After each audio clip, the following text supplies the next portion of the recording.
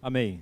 É com esta certeza, meus irmãos, que nós vamos estudar juntos a palavra de Deus, a certeza de que nossas famílias serão inabaláveis à medida em que confiarem no Senhor, serão por Ele amparadas, sustentadas.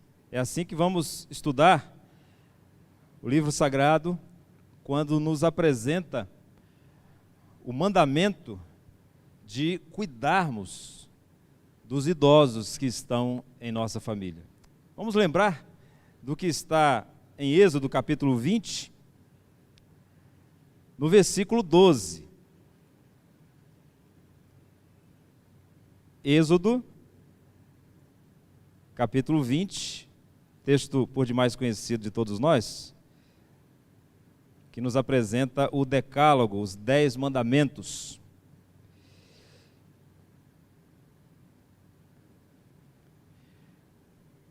Vamos ler juntos? Honra teu pai e tua mãe, para que se prolonguem os teus dias na terra que o Senhor teu Deus te dá.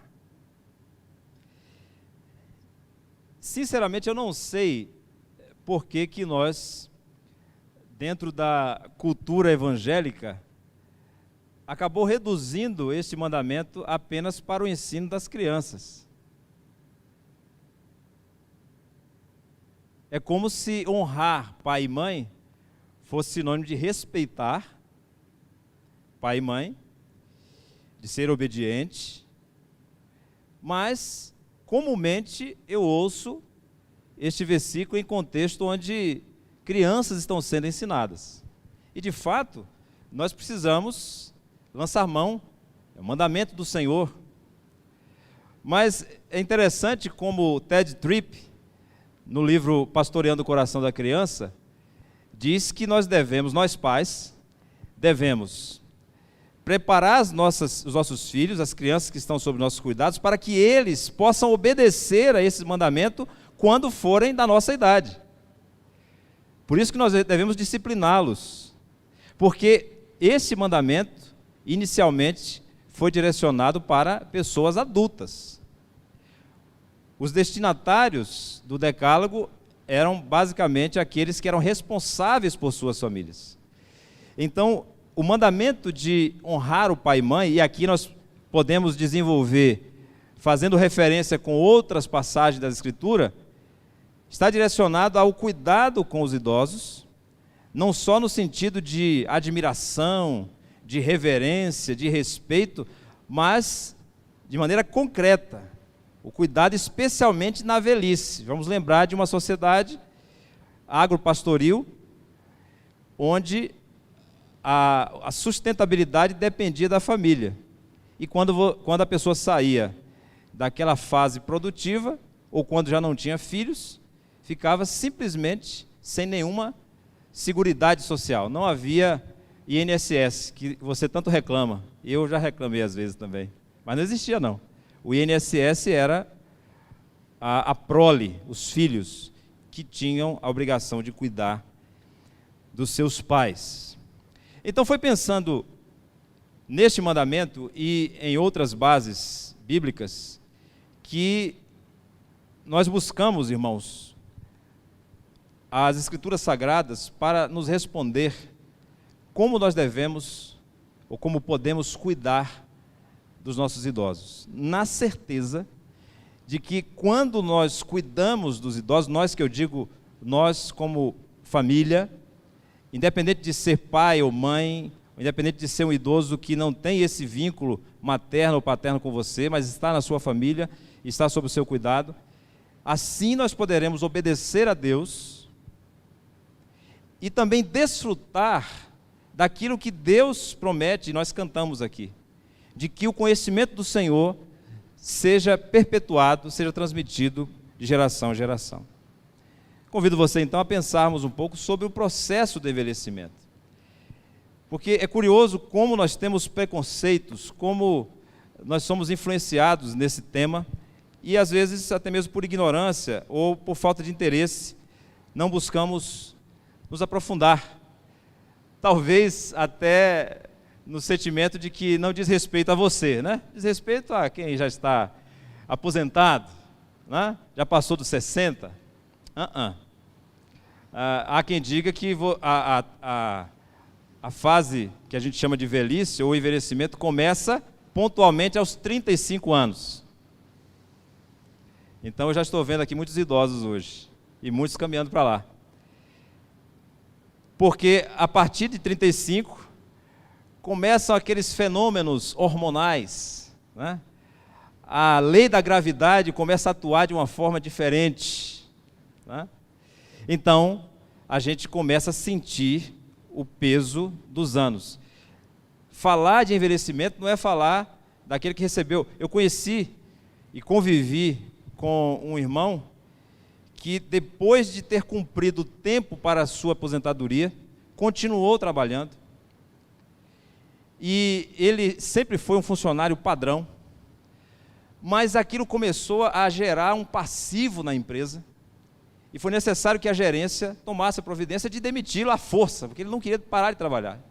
Se sentia com vigor suficiente, continuou trabalhando, mas a empresa chegou um momento em que precisou reunir para dizer: o senhor não pode vir mais por uma questão legal, enfim, nós não podemos tê-lo aqui. Desde esse dia em diante, ele nunca mais falou com ninguém.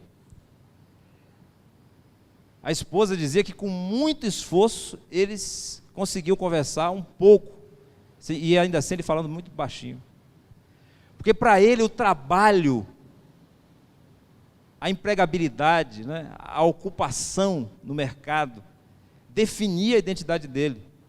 Isso aqui eu estou falando como observador. Eu sei que é muito mais complexo, muito mais profundo, mas nós precisamos entender que o cuidado com o envelhecimento, o conhecimento desse processo, não está restrito a pessoas que receberam esse ultimato da empresa e agora estão aposentados e são forçados a pensar nisso. Precisamos encarar esse processo que é irreversível, mas que é uma bênção. Afinal de contas, você só tem duas opções: ou você envelhece ou você morre, né? Então, nós só temos essas duas opções. Eu prefiro o envelhecimento com todos os percalços que ele trará. Nós vivemos um tempo, meus irmãos, de uma maior longevidade, a maior da história, até onde foi possível documentar, por conta do avanço, principalmente da medicina, dos remédios, dos exames, do diagnóstico precoce e do investimento em fármacos que são capazes de reverter alguns quadros que não era possível, nem conhecido anteriormente. No início do século XX no Brasil, uma pessoa com 40 anos era idosa. E hoje, essa semana, por exemplo, eu pude acompanhar familiares de pessoas, um com 70, mas a outra família com um idoso que faleceu com 94 anos. A minha avó recentemente faleceu com 93 anos. Isso não é mais algo raro, é cada vez mais comum. E a própria legislação também acompanhou esse processo e vai se adequando ao movimento da sociedade. Inclusive, nós temos hoje o Estatuto do Idoso, com leis que, por exemplo, proíbem você de parar naquela vaga onde está sinalizado, nem que seja por 1 minuto, porque você está cometendo um crime, uma infração. Aquele lugar é o lugar do idoso. A sociedade precisou da força da lei para praticar o cuidado com o idoso. Mas as nossas famílias não precisam ser obrigadas por uma lei. Nós temos a lei de Deus, a lei moral eterna do Senhor, que nos dá, então, esse mandamento do cuidado com os idosos. Os idosos sofrem muitos preconceitos. Preconceito, por exemplo, no folclore popular. Quando eu era criança, eu vi muitas vezes adultos, não só os meus pais, meu pai não, minha mãe, eu lembro pelo menos de algumas vezes, e outros idosos dizendo assim: se você continuar fazendo traquinagem, cuidado, porque a velha do saco vai chegar e vai levar, vai colocar você dentro do saco e vai levar. Isso é o folclore popular. Por que tem que ser velha? Por que não podia ser uma jovem do saco? Não, tinha que ser a velha do saco. O folclore popular coloca então o idoso numa condição de chacota, ridícula, né? E tudo que é mal é prefigurado ali como um idoso. Qual é, por exemplo, na literatura, que é algo mais elaborado, né? De um nível intelectual maior, mas nos contos de fada, quem é a pessoa má da história? é a bruxa é jovem? Não. Ela é velha, anda encurvada, com rugas, tem uma mancha, né, uma pinta, na ponta do nariz. Percebe que até a literatura tem preconceito com o idoso. Hoje não, mas até, por exemplo, década de 70 e 70, até mesmo a ciência, que é aquilo que a gente espera que seja avançado, era preconceituoso com o idoso porque fazia suas pesquisas em instituições onde os idosos ficavam abandonados da família, sem relacionamento. Então essa pesquisa ela é enviesada, ela não vai conseguir retratar nunca o que é a vida do idoso. Hoje já é possível ter acesso a pesquisas menos preconceituosas. Então precisamos ter isso em mente quando falamos do idoso. Veja quanta coisa eu já mencionei aqui que você deve levar em conta. Isso aqui é só aquecimento, só para a gente entrar nesse assunto. O quanto é importante que você, de qualquer idade, tenha uma postura diante do idoso que seja digna da palavra de Deus. A velhice, o envelhecimento, esse processo de fato é irreversível e tem problemas que são típicos. E eu lembrei da minha avó para buscar comunicar dois conceitos. Lembrei, por exemplo, que a minha avó, ela sempre costurou. E chegou um tempo em que ela precisou costurar com óculos. E depois precisou trocar os óculos. Mas chegou um momento que ela não conseguiu mais costurar. E aí, a máquina de costura ficou empoeirada no canto, como uma relíquia. Né? O que é isso? Isso se chama senescência. Ou seja, um processo natural, que é irreversível. Senescência é cabelo branco. Senescência é esses óculos aí que você precisa trocar, ou então a cirurgia que você precisa fazer de correção, porque os óculos não conseguem mais conter. Esse processo que todos nós estamos passando, já estamos passando. Aqui me parece que só 2 pessoas não estão passando pelo processo de envelhecimento, porque não nasceram ainda. Né? Nós estão ali bem guardados com a Marília e com a Wendy. Mas assim que nascerem, há quem vai discordar de mim, vai dizer que eles já começaram um processo de envelhecimento. Eu estou contando aqui com o parto. Ah não, mas tem mais gente aqui. A Tati também está guardando ali. Alguém que eu estou conceituando aqui que não começou a envelhecer ainda. Vejam que todos nós estamos sujeitos a esse processo. Agora tem um outro aspecto que é mais pesaroso, mais dramático. E aí eu lembro de novo da minha avó, que ao longo do tempo sofreu com a fumaça do fogão a lenha, tendo que respirar ali. O que é aquilo ali? CO2? Dióxido de carbono? Monóxido de carbono. E ali os pneumatologistas vão dizer que simplesmente liquidou com o pulmão dela. Então quando ela precisou, agora mais no final da vida, esse processo que envolve um adoecimento, fatores do ambiente, ou então fatores congênitos, é o processo de senilidade, que envolve também a mente, psicológico, e isso torna mais dramático, porque se o idoso que você tem perto está nessa condição, então ele precisa ainda mais de cuidado. Senescência, todos nós, natural, inclusive é saudável. Precisamos encarar, nada de botox, nada de cirurgia, se arriscar numa banca cirúrgica para fazer uma correção de algo que você não vai conseguir fazer. Cuidado, pode ser até pior. Isso é senescência, todos nós estamos sujeitos a isso. Isso é uma bênção de Deus. Senilidade, precisamos encarar, é uma realidade dura, mas precisa de maior cuidado. Vamos visualizar essa imagem na palavra de Deus em Eclesiastes, no capítulo 12.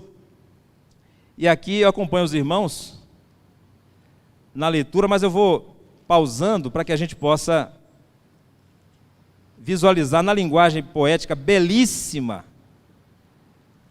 de Salomão esse processo, para que a gente guarde ele com a linguagem bíblica.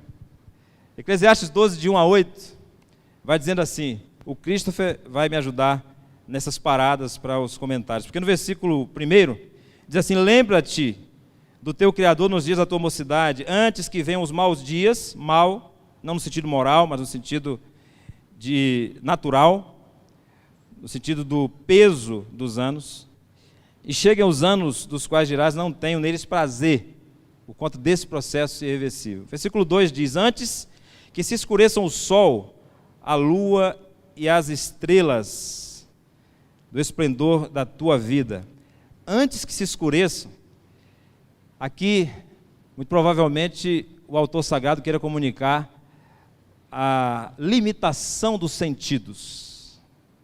A limitação dos sentidos. A perda desta destreza, desta percepção mais ágil. Vamos seguir então, versículo 3. Muito rico esse versículo. Quando diz, por exemplo, no dia em que tremerem os guardas da casa. Aí o texto mesmo vai explicando, os teus braços, braços com músculos flácidos. Homens fortes, o texto diz, e se encurvarem os homens outrora fortes, e aí explica as tuas pernas, pernas enfraquecidas, essas escadas, o quarto andar, né, para a gente subir na galeria. Outro dia o pastor Tarcísio estava celebrando a ceia e tinha um grupo de diáconos, eu estava servindo também, irmão Everaldo. Aí estava eu ao lado de uma diaconisa, parece que foi a irmã Concebida. Aí ele olhou assim rápido, que ele pensa rápido, né? Ele disse, irmã Concebida vai ficar aqui intercedendo, o pastor Petrônio vai lá subir mais rápido. E aí eu fiquei feliz, porque eu ainda fui escolhido para subir essas escadas, Marcelo. Mas vai chegar um tempo. E isso para mim é uma bênção de Deus. Se Deus me permitir, eu vou ficar muito agradecido, em que os homens fortes ficarão fracos, as pernas enfraquecerão. E diz mais, e cessarem os teus moedores na tua boca, é quando você já sai do dentista e agenda a próxima ida lá. Sabe como é? Você já sai agendando a sequência de 3 meses, porque você precisa ir mais ao dentista. Os moedores já são poucos, porque muitos já caíram. Vamos para o versículo 4, Christopher. E aqui no versículo 4 nós temos o seguinte, e te levantares a voz das árvores. Que fenômeno interessante, antes um sono pesado, podia chover como for, até aquela chuvinha de ontem à noite, nessa madrugada, já acorda a pessoa que está nesse processo. E te levantares a voz das aves, já não consegue dormir bem, o sono já é despertado facilmente. Versículo 5, e todas as harmonias, aqui entra na área do Rogério, e todas as harmonias, filhas da música, poesia belíssima, te diminuírem, já não consegue mais ter a percepção, a capacidade de cantar, de apreciar a música. Quando florir a amendoeira, os cabelos começarem a ficar brancos.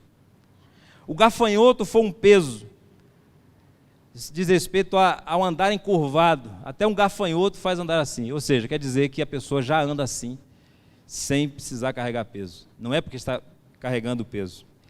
E te perecer o apetite, vais à casa eterna. A casa eterna é um eufemismo aqui para a morte. E aí o versículo 6 traz mais imagens belíssimas construídas com palavras, e rompa o fio de prata, e despedace o copo de ouro.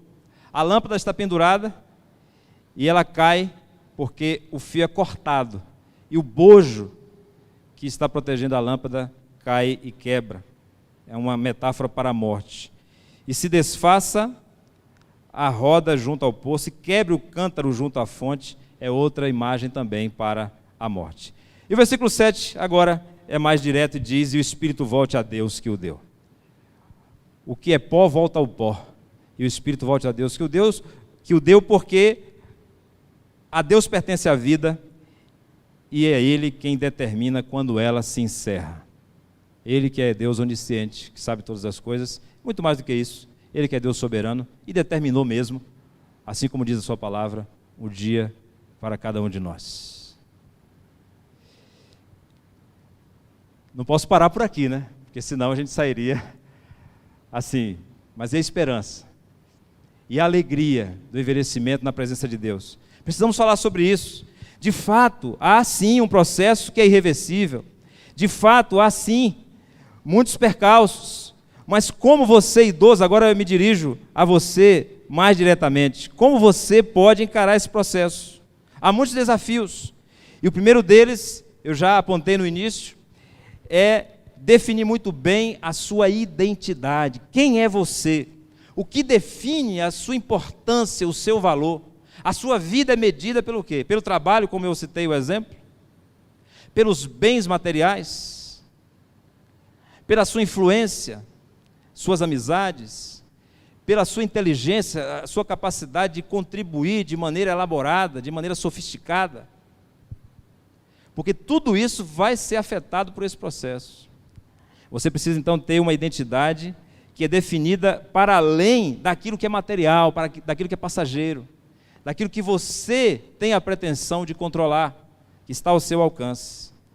Você precisa sim se desafiar pela fé a chegar nessa fase da vida com o mínimo de autonomia, de independência, de inteligência emocional, sabendo os seus limites, sabendo os limites da casa dos seus filhos, das suas amizades, até onde você pode, até onde você não pode. Outro dia, um palestrante, que na verdade é professor de história, muito conhecido, chamado Leandro Carnal, ele falou sobre isso, dizendo que percebeu que estava vivendo esse processo, quando, ao invés de pular na piscina, ele preferiu dar a volta e descer pelo corrimão da piscina.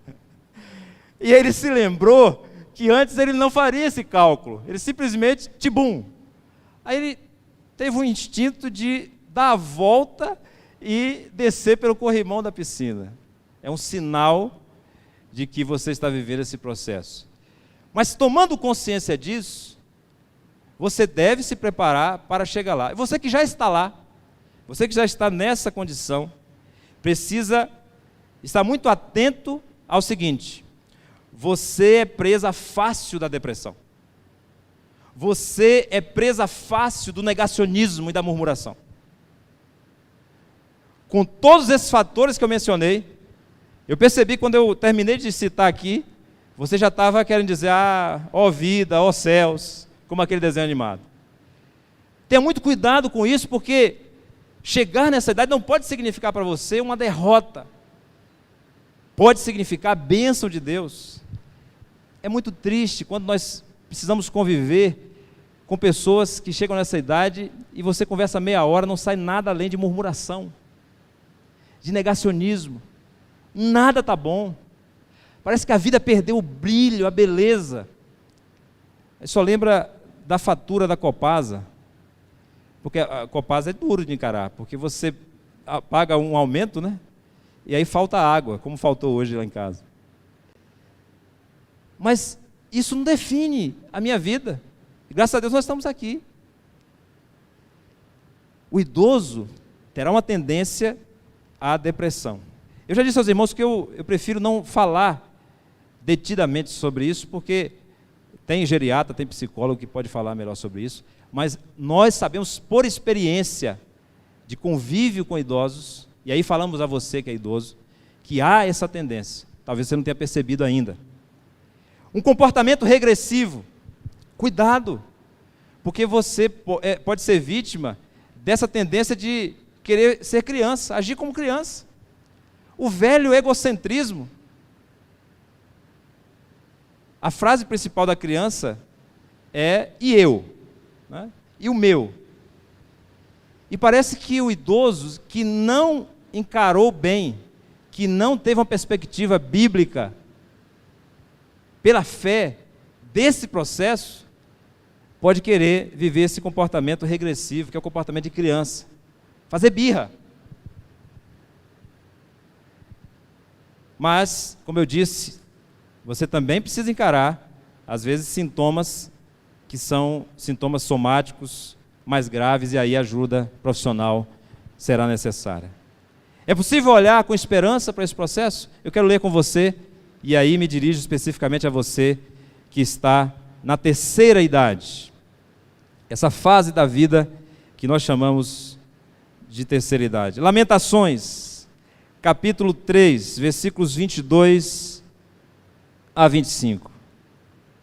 É engraçado que o livro se chama Lamentações, mas ele fala de esperança. Lamentações 3, 22 a 25. As misericórdias do Senhor são a causa de não sermos consumidos. Atenção, você idoso.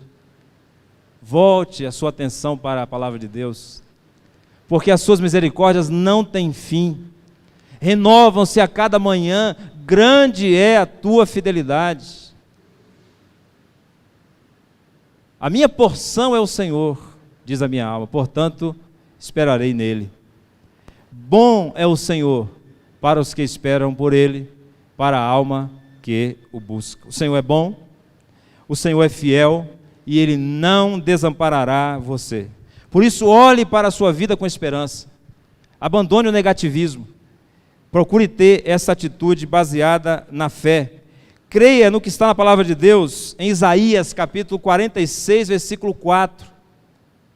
Não se esqueça que você pode ter esperança, porque você pode descansar no Senhor, que prometeu que vai cuidar de você. Independente da situação que você viva, até a vossa velhice eu serei o mesmo, e ainda até as cãs eu vos carregarei, já o tenho feito, levar-vos-ei, pois carregar-vos-ei e vos salvarei. Eu não sei quanto a vocês, mas essa imagem é extraordinária. Deus me deu o privilégio de poder carregar a minha avó no colo, há 2 anos. E eu fiquei depois meditando nisso. Carregar minha avó no colo. Deus está dizendo que faz isso. E eu nunca poderia oferecer segurança à minha avó. Estava ali preocupado de não bater em algum lugar. Precisava levar ela até o banco, porque eu não sei por quê. Bancos, instituições financeiras que poderiam ter a tecnologia que precisasse, obrigam idosos acamados a terem que ir a uma agência. Sinceramente, tem coisa na vida que eu não entendo. Eu prefiro não comentar. Mas aí nós precisamos levar ela. E eu carreguei no colo. Mas Deus está dizendo que não é o neto que vai carregar, não. Atenção, idoso. Não é o seu filho que vai lhe carregar no colo, não. Não é o seu neto. É o próprio Deus, até a velhice. E Ele diz a você que será o mesmo. Ele não vai mudar. Você vai mudar, mas Ele não vai mudar. Até as cãs, os seus cabelos vão embranquecer e podem até cair, mas Deus continuará o mesmo. E Ele já fez isso com você e vai continuar fazendo. Então é essa esperança que o idoso tem. Mas como nós combinamos, no início decidimos falar do cuidado com os idosos. Esse cuidado só o idoso pode ter consigo. Essa perspectiva de vida, essa atitude perante a vida, só o idoso pode ter consigo. E isso é construído no processo de envelhecimento. Mas agora nós precisamos também meditar sobre a nossa atitude, nós que temos idosos em nossas casas, como nós devemos cuidar deles. Aí voltamos então para Êxodo capítulo 20, versículo 12. Da nossa responsabilidade, que é confirmada pela palavra de Deus, por exemplo, em 1 Timóteo capítulo 5, versículo 8. Em 1 Timóteo 5, capítulo 5, versículo 8, o texto está falando do cuidado com os idosos. Por exemplo, versículos 1 e 2, Christopher, diz: não repreendas ao homem idoso, antes exorta-o como a pai, aos moços como a irmãos, às mulheres idosas como as mães, como a mães, as moças como a irmãs, com toda a pureza. Interessante, essa carta é uma carta pastoral. E todo pastor, eu sempre me lembro disso, quando fala a um irmão idoso, tem que falar como se estivesse falando ao seu pai. Pode exortar? Pode. Muitas vezes deve. Porque idoso às vezes precisa de puxão de orelha. É claro que não fisicamente. Mas de uma orientação. De um aconselhamento. Mas o que Paulo está dizendo é: você pastor, você Petrônio, quando for falar a um idoso, você fala como se estivesse falando ao seu pai. Se os líderes da igreja, que receberam de Deus autoridade, baseado na palavra de Deus, para liderar o rebanho do Senhor, devem agir assim, aí Paulo começa a dizer que cada crente deve agir assim.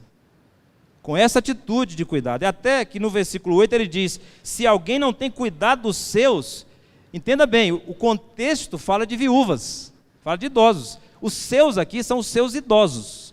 Aquele que não tem cuidado dos seus, especialmente os da própria casa, está falando daquele que está sob os seus cuidados em sua casa.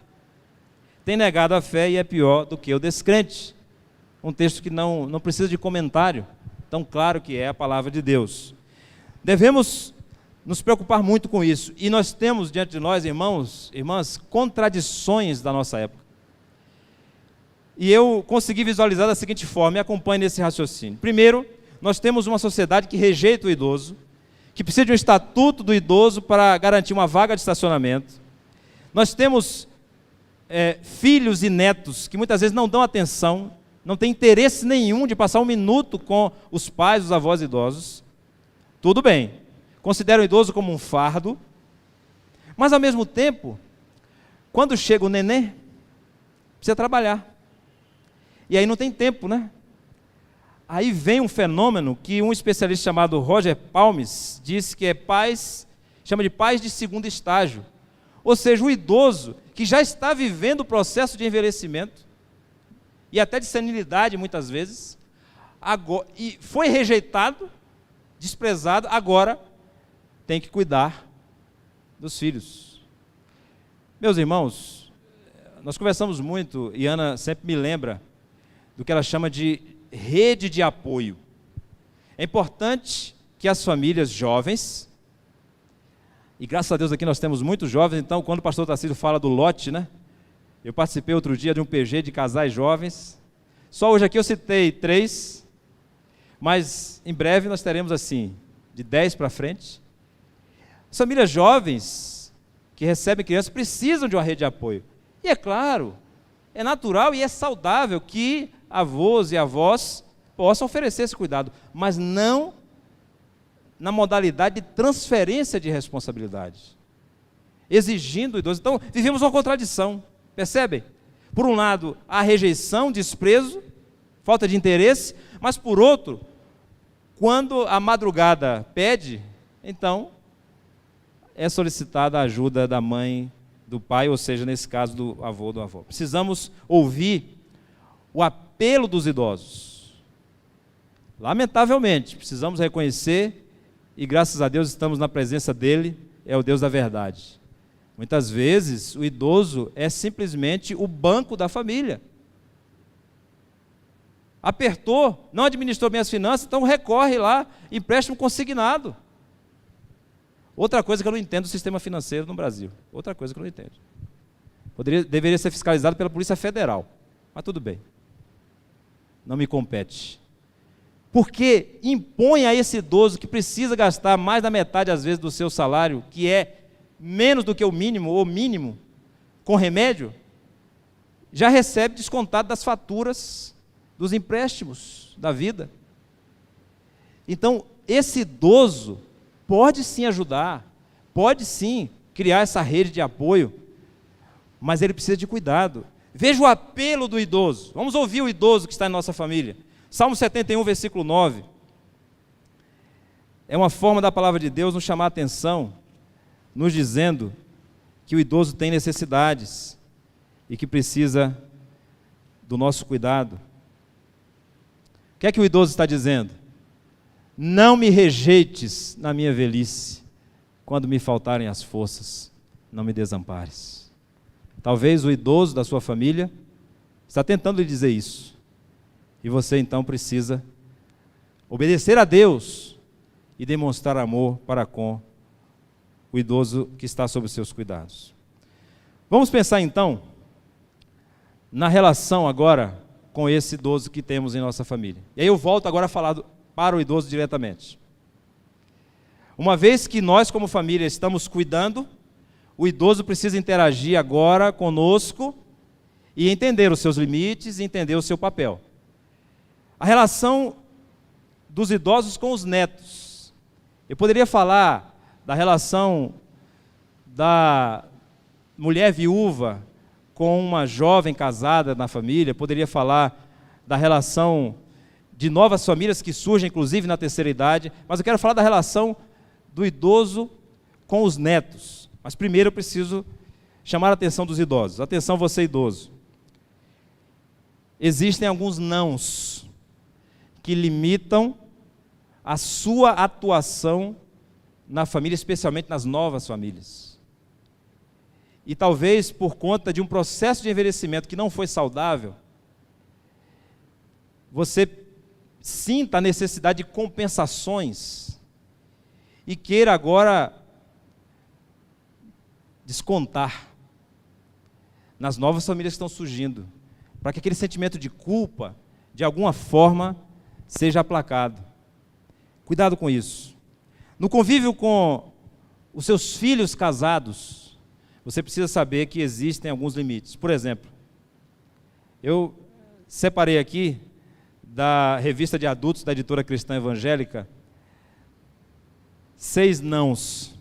Não é nenhum decálogo, mas preste atenção, não dê palpites no casamento. Espere ser consultado. Espere ser acionado. Coloque-se à disposição, mas não dê palpites. Não interfira.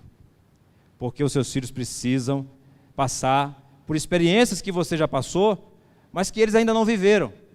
E quando você interfere com a sua sabedoria, que não pode ser desprezada, mas é a sua experiência, de um outro tempo, na outra perspectiva. Outro não imponha as suas ideias e valores. Aí é um passo além, não é só dar o palpite, é impor e forçar. Tem um não aqui que é muito delicado. Não conte as confidências da família. Atenção, idosos. Não conte as confidências. Sabe aquela história? Eu vou te contar aqui para nós orarmos. Eu quero que você ore pela minha filha, porque ela está passando... E aí o pedido de oração se transforma numa lista de toda a privacidade da filha. Não pode.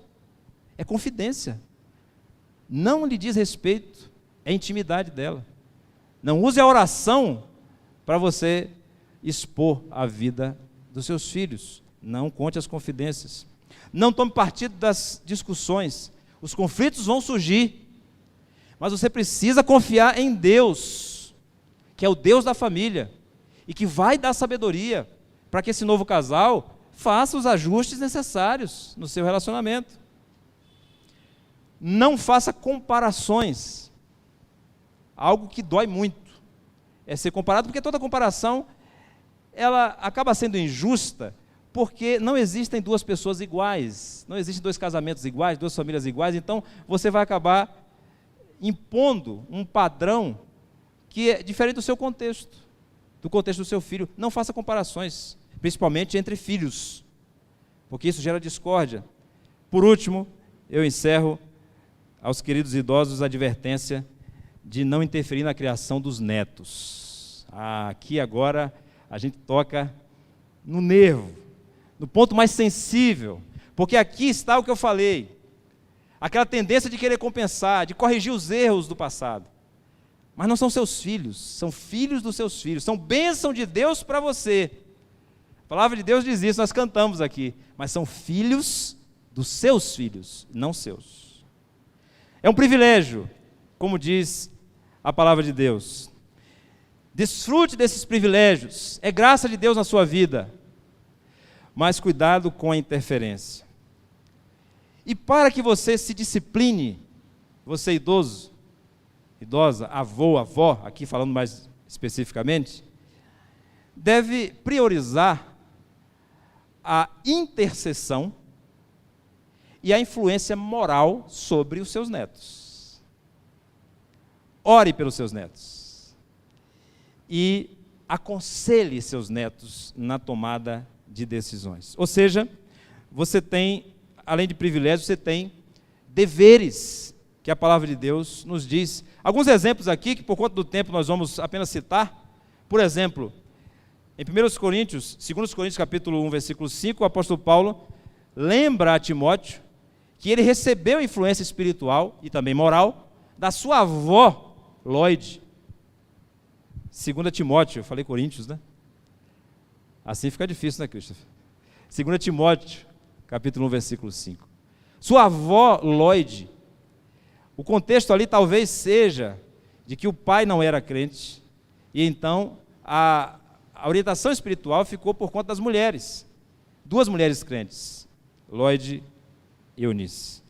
Mas também nós vemos o exemplo de Jacó em Gênesis capítulo 48, versículo de 1 a 10, um texto mais longo, quando Jacó ora pelos seus netos, Manassés e Efraim, que ele estabeleceu que ficariam no lugar de Rúben e Simeão, e ele então faz um acordo com José. Interessante, professor Fabiano, nosso professor ali, Thaís. Egípcios no meio do povo de Deus, né? Manassés e Efraim. O professor Fabiano que gosta desses detalhes, são ricos para nós.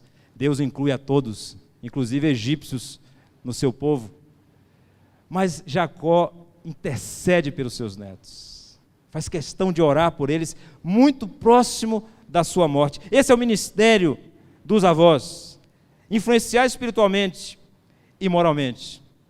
E aqui, de novo, me permitam fazer referência à minha avó, porque eu cresci com meu pai tendo muitas dificuldades com o álcool. Não sei se ele está nos acompanhando agora. Graças a Deus ele venceu. Mas eu creio que ele venceu por intercessão da minha avó. Quando eu tomei consciência desse processo, minha avó já orava pelo meu pai há 25 anos. E eu lembro de ter crescido com essa informação, de que minha avó intercedia. E além disso, ia até a igreja. Uma imagem muito forte que eu tenho da minha avó é exatamente ela indo e voltando da igreja. Além da influência moral. Uma pessoa que não tinha nenhuma pendência na rua. Ninguém para cobrar na porta dela. Isso tem um peso na formação moral dos netos. Eu me lembrei aqui, Eliane, quando estava preparando esse estudo, do irmão Eliseu e do Felipe. Eu poderia falar também do Gabriel, poderia falar da Júlia, mas a imagem que ficou foi outro dia, o Eliseu e o Felipe contando ali uma história, Fabiano, naquele dia, algum episódio que agora não me lembro. Mas que privilégio para o irmão Eliseu, poder ter os seus netos e transmitir as suas experiências e contar a história. Sabe, avô tem que ter história para contar.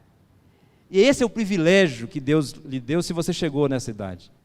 A criação é com os pais dele, mas a influência espiritual e moral é sua. E privilégio para o Felipe, que terá, assim como os outros netos, todos esses valores, essas experiências.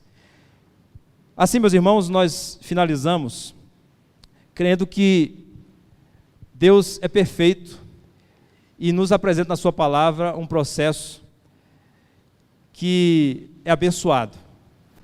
As famílias que cuidam dos idosos obedecem a Deus, mas podem desfrutar dos benefícios dessa obediência através de gerações que são abençoadas com a sua palavra.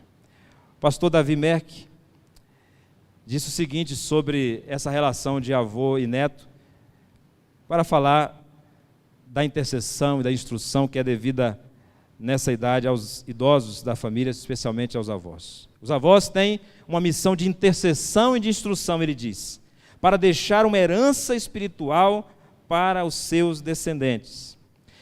Se desejarmos que os nossos descendentes andem com Deus, temos que andar com Deus. Foi assim que Enoque e seu bisneto, com Enoque e seu bisneto Noé, as únicas pessoas que Gênesis diz andaram com Deus. Enoque e Noé. Nós que estamos no processo de envelhecimento, não pense que você escapa, você já está nesse processo. Alguns estão mais à frente do que nós, mas todos nós estamos. Devemos pensar esse processo assim, com esperança. O Deus que nos diz, na sua palavra nessa noite, que é o mesmo e Ele nos carrega. Com essa visão de fé, nós poderemos chegar, se Deus nos permitir, nessa idade com uma missão, a missão de interceder e a missão de instruir as próximas gerações. Quer sejam netos ou não, mas todas aquelas novas gerações que surgirem diante de nós. Vamos orar nesse momento? Vamos agradecer a Deus pela sua palavra.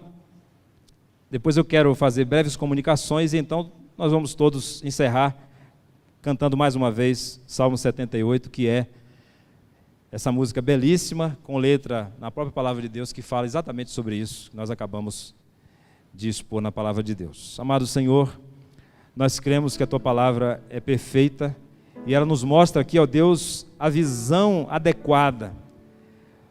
Nós agora devemos cuidar dos idosos. Nós, quando cuidamos, obedecemos ao Senhor. E o Senhor então nos abençoa com esse processo, ó Deus, que é inevitável, mas que é uma bênção, porque nos permite transmitir o conhecimento do Senhor. Ó Deus, aos idosos que estão fazendo o apelo que vimos na Tua palavra nesta noite, em nossos lares, perto de nós, de que não querem ser rejeitados quando estiverem fracos. Que o Senhor toque em nossos corações e nos dê sensibilidade para com os idosos. Mas também, ó Deus, aos idosos que chegaram nessa fase da vida amargurados, negativos, murmuradores. Ó Deus, que o Senhor possa mostrar na Tua palavra que não é necessário viver assim, porque é possível viver pela fé, não negando ou fugindo desta realidade, que muitas vezes é difícil mesmo, mas vencendo tudo isso, com a esperança de que o Senhor nos carrega quando nós estamos fracos. Te agradecemos, ó Pai, oramos assim em nome de Jesus. Amém. Nós queremos agradecer muito a todos os irmãos e irmãs que participaram conosco